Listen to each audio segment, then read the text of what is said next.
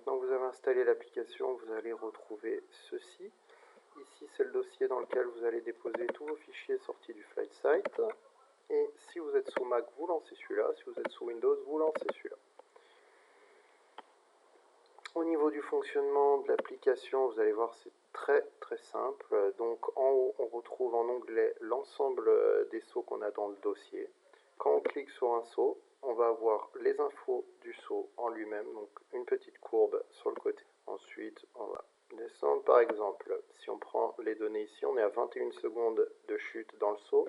On est à 150 km/h, 155 sur trajectoire. On est à 2,1 de finesse. On a chuté de 511 mètres et on a avancé de 606 mètres. Et vous retrouvez toutes ces infos pour chaque saut. Maintenant, si on retourne sur le main, ici vous avez donc la liste de tous vos sauts. Vous pouvez en afficher autant que vous voulez en fait. Je sais pas ce que c'est ça, voilà. Vous affichez l'ensemble des sauts que vous voulez, vous pouvez en mettre plus, moins, et en dessous vous avez les exits, donc triés par pays, et vous pouvez voir ce que ça donnerait sur les différents exits, Bourguignon, Molaire, voilà, on voit ce que nos vols donneraient sur les différents exits.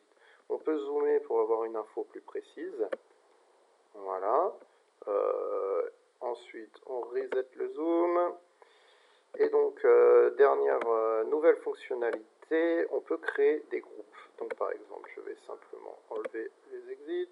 Alors, je vais prendre, bah voilà, on va laisser ces deux sauts. Donc voilà, ces deux sauts à molaire, j'ai envie de faire un groupe avec tous mes sauts à molaire, comme ça pour les afficher plus rapidement quand je relance le programme. Donc on fait create, hop, molaire, entrée.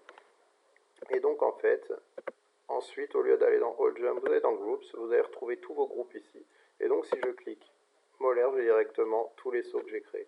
Et donc, après, on peut recréer de nouveaux groupes, on peut en ajouter, on peut faire tout ce qu'on veut. Voilà, au niveau de l'application en elle-même, c'est à peu près tout.